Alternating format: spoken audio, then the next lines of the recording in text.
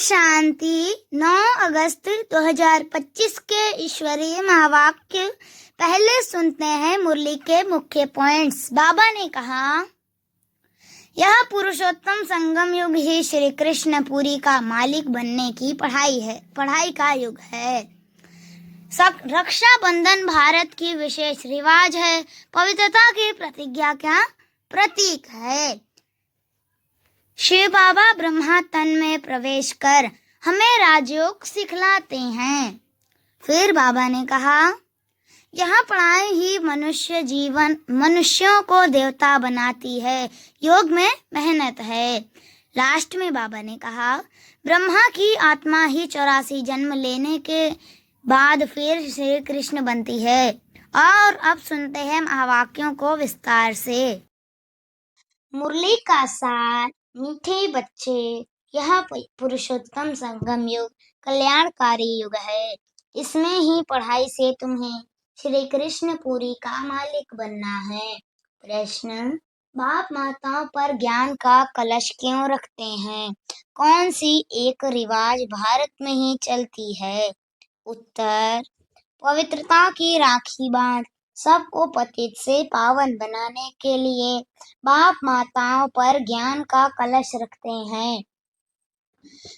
रक्षा बंधन का भी भारत में ही रिवाज है।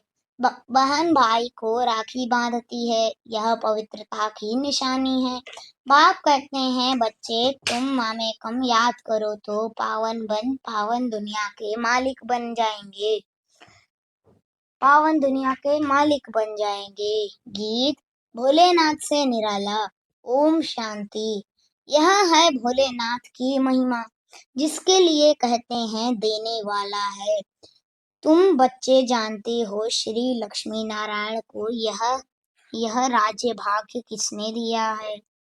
जरूर भगवान ने दिया होगा, क्योंकि स्वर्ग की स्थापना तो वही करते हैं। स्वर्ग की बादशाही भोलेनाथ ने जैसे लक्ष्मी नारायण को दी, वैसे ही श्री कृष्ण को दी। राधे कृष्ण अथवा लक्ष्मी नारायण की बात तो एक ही है, परंतु राजधानी है नहीं। उन्हों को सिवाय परमपिता परमात्मा के कोई राज्य दे नहीं सकते। उन्हों का जन्म स्वर्ग में कोई हो कहेंगे। यह तुम बच्चे ही जानते हो। तुम बच्चे ही जन्माष्टमी पर समझाएंगे। श्री कृष्ण की जन्माष्टमी है तो राधे की भी होनी चाहिए, क्योंकि दोनों स्वर्ग के वासी थे। राधे कृष्ण की ही स्वयंवर के बाद लक्ष्मी नारायण बनते हैं। मुख्य बात की उन्हों को यह राज्य किसने दिया? यह राज्य कब और किसने सिखाया? स्वर्ग में तो नहीं सिखाया होगा।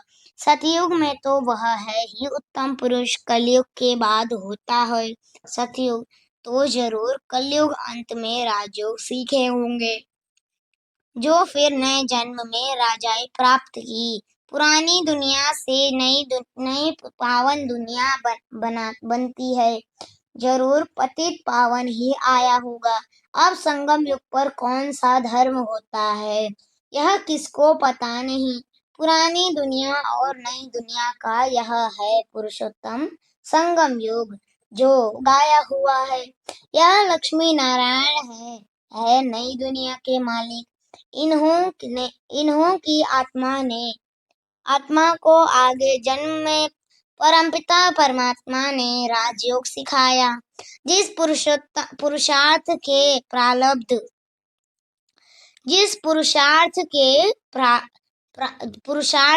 प्रारब्ध फिर से नए जन्म में मिलती है। इनका नाम ही है कल्याणकारी पुरुषोत्तम संगम युग। जरूर बहुत जन्मों के अंत के जन्म से ही इन्हों को कोई ने राजयोग सिखाया होगा। कलयुग में है अनेक धर्म। सतयुग में था एक देवी देवता धर्म। संगम पर कौन सा धर्म है जिससे यह पुरुषार्थ कर राजयोग सीखे और सतयुग में प्रारब्ध भोगी समझा जाता है। संगम युग पर ब्रह्मा द्वारा ब्राह्मण ही पैदा हुए, चित्र में भी है ब्रह्मा द्वारा स्थापना कृष्णपुरी की। विष्णु अथवा नारायणपुरी कहो, बात तो एक ही है। अभी तुम जानते हो हम कृष्णपुरी के मालिक बनते हैं। इस पढ़ाई से और पावन बनने से शिव शिव भगवानुवाच है ना। श्री कृष्ण की आत्मा ही बहुत जन्मों के अंत के जन्म में फिर यह बनती है। 84 जन्म लेते हैं ना, यह है 84वां जन्म। इनका ही फिर ब्रह्मा नाम रखते हैं। नहीं तो फिर ब्रह्मा कहाँ से आया? ईश्वर ने रचना रची तो ब्रह्मा विष्णु शंकर कहाँ से आए? कैसे रचा, क्या छू मंतर किया जो पैदा हो गए। आप ही उन्हों की हिस्ट्री बताते हैं। एडॉप्ट किया जाता है तो नाम बदलते हैं। ब्रह्मा नाम तो नहीं था ना। कहते हैं बहुत जन्मों के अंत में तो जरूर पतित मनुष्य हुआ। ब्रह्मा कहाँ से आया किसको भी पता नहीं है। बहुत जन्मों के अंत का जन्म किसका हुआ वो तो लक्ष्मी नारायण ने ही बहुत जन्म लिए हैं। नाम रूप देश काल बदलता जाता है। श्री कृष्ण के चित्र में 84 जन्मों की कहानी क्लियर लिखी हुई है। जन्माष्टमी पर श्री कृष्ण के चित्र भी बहुत बिकते होंगे, क्योंकि श्री कृष्ण के मंदिर में तो सब जाएंगे ना। राधे कृष्ण के मंदिर में ही जाते हैं। श्री कृष्ण के साथ राधे जरूर होगी।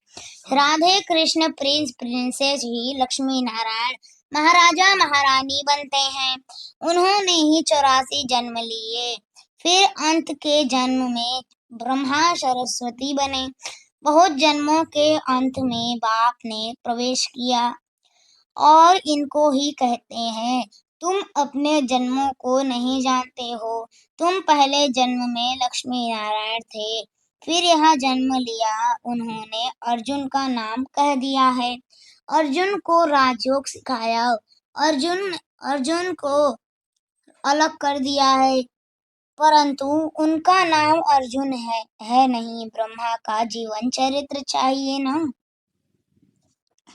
परंतु ब्रह्मा और ब्राह्मणों का वर्णन कहाँ भी है नहीं। यह बातें बाप ही बैठ समझाते हैं। सब बच्चे सुनेंगे, फिर बच्चे औरों को समझाएंगे। कथा सुनकर फिर औरों को बैठ सुनाते हैं। तुम भी सुनते हो फिर सुनाते हो। यह है पुरुषोत्तम संगम युग, लीप युग, एक्स्ट्रा युग। पुरुषोत्तम मास पड़ता है तो 13 मास हो जाते हैं। इस संगम युग के त्योहार ही हर वर्ष मनाते हैं। इस पुरुषोत्तम संगम युग का किसको पता नहीं है। इस संगम युग पर ही बाप आकर पवित्र बनाने की प्रतिज्ञा कराते हैं। पति दुनिया से पावन दुनिया की स्थापना करते हैं। रक्षाबंधन का भी भारत में ही रिवाज है। बहन भाई को राखी बांधती है, परंतु वह कुमारी भी फिर अपवित्र बन जाती है। अभी बाप ने तुम माताओं पर ज्ञान का कलश रखा है। जो ब्रह्मा कुमार कुमारियां बैठ पवित्रता की प्रतिज्ञा कराने राखी बांधती हैं। बाप कहते हैं मामेकम याद करो तो तुम पावन दुनिया के मालिक बन जाएंगे। बाकी कोई राखी आदि बांधने की दरकार नहीं है। यह समझाया जाता है जैसे साधु सन्यासी लोग दान मांगते हैं। कोई कहते हैं क्रोध का दान दो, कोई कहते हैं प्याज मत खाओ। जो खुद नहीं खाते होंगे वह दान लेते होंगे। इन सब से भारी प्रतिज्ञा तो बेहद का बाप कराते हैं। तुम पावन बनना चाहते हो तो पतित पावन बाप को याद करो। द्वापर से लेकर तुम पतित बनते आए हो। अब सारी दुनिया पावन चाहिए। वह तो बाप ही बना सकते हैं। सर्व का गति सद्गति दाता कोई मनुष्य हो नहीं सकता। बाप ही पावन बनने की प्रतिज्ञा लेते हैं। भारत पावन स्वर्ग था न, पतित पावन वह परम पिता परमात्मा ही है। श्री कृष्ण को पतित पावन नहीं कहेंगे, उनका तो जन्म होता है, उनको तो माँ बाप भी दिखाते हैं। एक शिव का ही अलौकिक जन्म है। वह खुद ही अपना परिचय देते हैं कि मैं साधारण तन में प्रवेश करता हूँ। शरीर का आधार जरूर लेना पड़े, मैं ज्ञान का सागर पतित पावन राजयोग सिखलाने वाला हूँ। बाप ही स्वर्ग का रचयिता है और नर्क का विनाश कराते हैं। अब स्वर्ग है तो फर्क नहीं, अब अभी पूरा रौरव नर्क है। जब बिल्कुल तमो प्रधान नर्क बनता है तब ही बाप आकर सतो प्रधान स्वर्ग बनाते हैं। 100% पतित से 100% पावन बनाते हैं। पहला जन्म जरूर सतो प्रधान ही मिलेगा। बच्चों को विचार सागर मंथन कर भाषण करना है, समझाना फिर हर एक का अलग अलग होगा। बाप भी आज एक बात कल फिर दूसरी बात समझाएंगे। एक जैसी समझानी तो हो न सके। समझो टेप से कोई एक्यूरेट सुने भी परंतु फिर एक्यूरेट सुना नहीं सकेंगे। फर्क जरूर पड़ता है। बाप जो सुनाते हैं तुम जानते हो ड्रामा में सारी नोंद है, अक्षर बाय अक्षर। जो कल पहले सुनाया था वह फिर आज सुनाते हैं। यह रिकॉर्ड भरा हुआ है। भगवान खुद कहते हैं मैंने जो 5,000 वर्ष पहले हुबहू अक्षर बाय अक्षर सुनाया है वही सुनाता हूँ। यह शूट किया हुआ ड्रामा है, इसमें फर्क जरा भी नहीं पड़ सकता। इतनी छोटी आत्मा में इतना आत्मा में रिकॉर्ड भरा हुआ है। अब श्री कृष्ण जन्माष्टमी कब हुई थी यह भी बच्चे समझते हैं। आज से 5,000 वर्ष से कुछ दिन कम कहेंगे क्योंकि अभी पढ़ रहे हैं। नई दुनिया की स्थापना हो रही है। बच्चों के दिल में कितनी खुशी है। तुम जानते हो श्री कृष्ण की आत्मा ने 84 का चक्र लगाया है। अब फिर श्री कृष्ण के नाम रूप में आ रही है। चित्र में दिखाया है पुरानी दुनिया को लात मार रहे हैं। नई दुनिया हाथ में है। अभी पढ़ रहे हैं इसलिए कहा जाता है श्री कृष्ण आ रहे हैं। पर जरूर बापू बहुत जन्मों के अंत में ही पढ़ाएंगे। यह पढ़ाई पूरी होगी तो श्री कृष्ण जन्म लेंगे। बाकी थोड़ा टाइम है पढ़ाई का जरूर। अनेक धर्मों का विनाश होने बाद श्री कृष्ण का जन्म हुआ होगा। सो भी एक श्री कृष्ण तो नहीं, सारी श्री कृष्ण पूरी होगी। यह ब्राह्मण ही है जो फिर यह राजयोग सीख देवता पद पाएंगे। देवताएं बनते ही हैं नॉलेज से। बाप आकर मनुष्य से देवता बनाते हैं पढ़ाई से।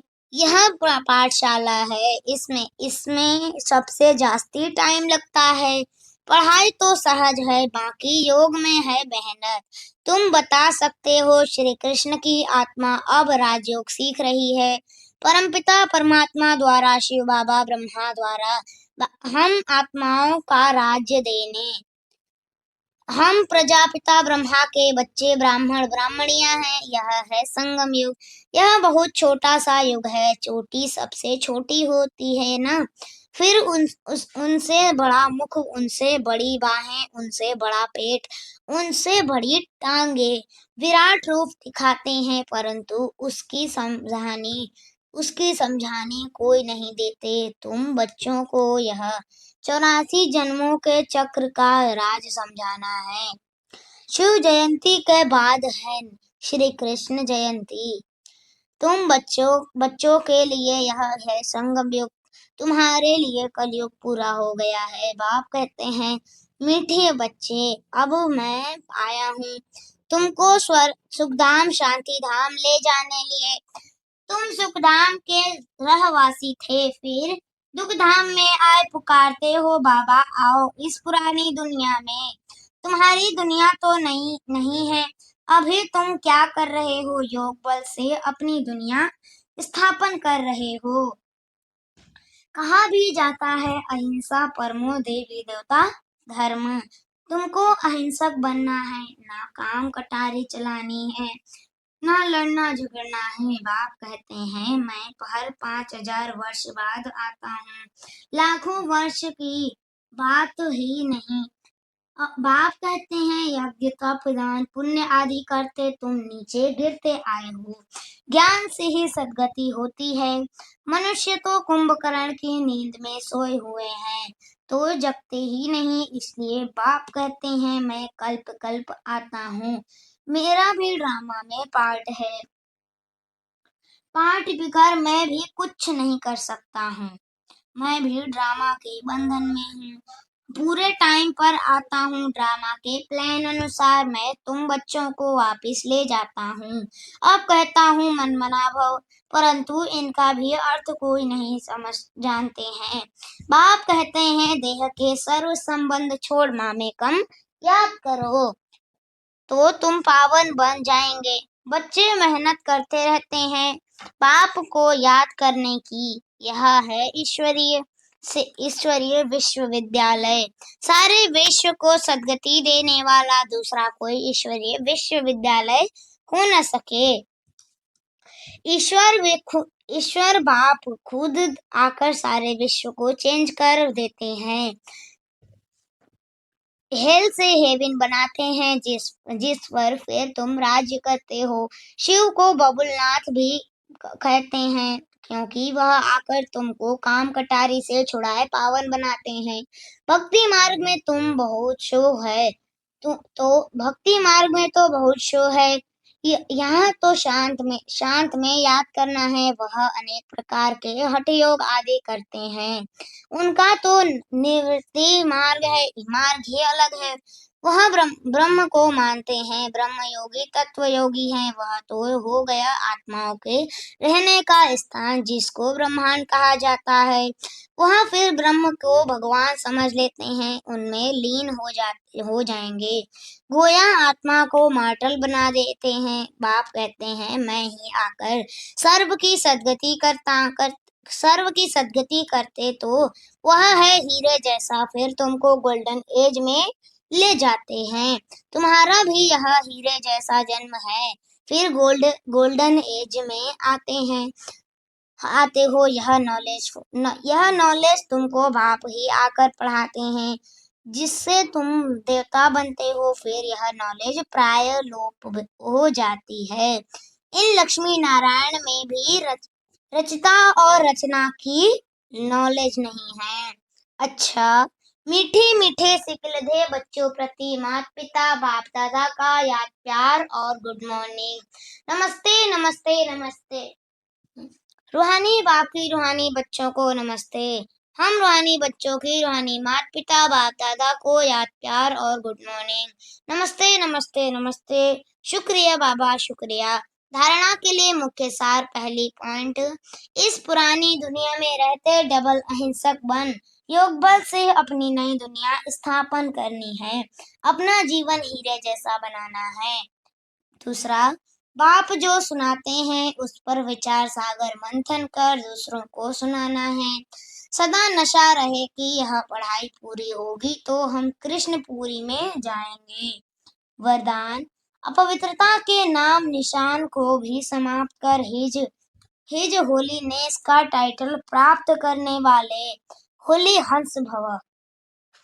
अपवित्रता के नाम निशान को भी समाप्त कर हिज होली हंस का टाइटल प्राप्त करने वाले होली हंस भव।